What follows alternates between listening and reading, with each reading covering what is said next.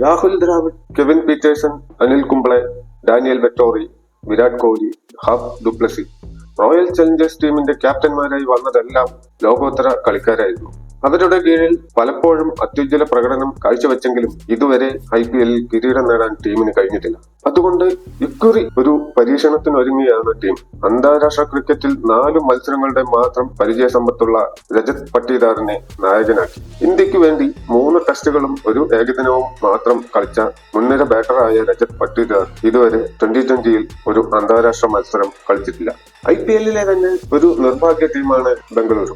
ആദ്യ സീസൺ മുതൽ കളിക്കുന്നു. 2ാം സീസണിൽ റണ്ണറപ്പായി. 3 വട്ടം ഫൈനലിലെത്തി. കഴിഞ്ഞ 5 സീസണിൽ 4 തവണയും പ്ലേ ഓഫിലെത്തി. Virat Kohli, Chris Gayle, Faf du Plessis, Brendon McCullum, Mitchell Starc, Shane Watson തുടങ്ങി ലോക ക്രിക്കറ്റിലെ വമ്പൻ താരനിര അണിനിരന്നു. പക്ഷെ കിരീടം മാത്രം അകന്നു നിന്നു. IPL-ൽ ഏറ്റവും കൂടുതൽ റൺസിന് ഉടമയായ വിരാട് കോഹ്ലി തന്നെയാവും ഇക്കുറിയും ടീമിന്റെ ഊർജ്ജ കേന്ദ്രം. കോഹ്ലിയും ഇംഗ്ലണ്ടിന്റെ വിക്കറ്റ് കീപ്പർ ബാറ്റർ ഫിൽ സാൾട്ടും ചേർന്ന് ഇന്നിംഗ്സ് ഓപ്പൺ ചെയ്യുമെന്ന് കരുതുന്നു.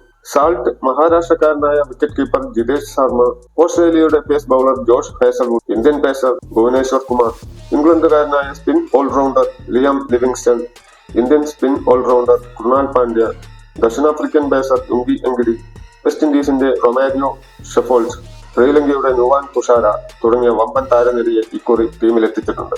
കഴിഞ്ഞ സീസണുകളിൽ തിളങ്ങിയ ലെഗ് സ്പിന്നർ സുയാഷ് ശർമ്മയും ടീമിലുണ്ട്.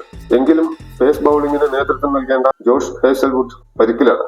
ഭുവനേശ്വർ കുമാറിനെ മാറ്റി നിർത്തിയാൽ മികച്ച ഇന്ത്യൻ പേസർ ഇല്ല. സ്പിൻ ബൌളിംഗിന് വേണ്ടത്ര ആഴമില്ല. എന്നിവയാണ് ടീമിനുണ്ടായേക്കാവുന്ന പ്രതിസന്ധികൾ. ചിന്നസ്വാമി സ്റ്റേഡിയത്തെ പ്രകമ്പനം കൊള്ളിക്കാൻ കഴിയുന്ന ടീമിനെ തന്നെയാണ് ബംഗളൂരു ഇത്തവണ തിരഞ്ഞെടുത്തിരിക്കുന്നത്.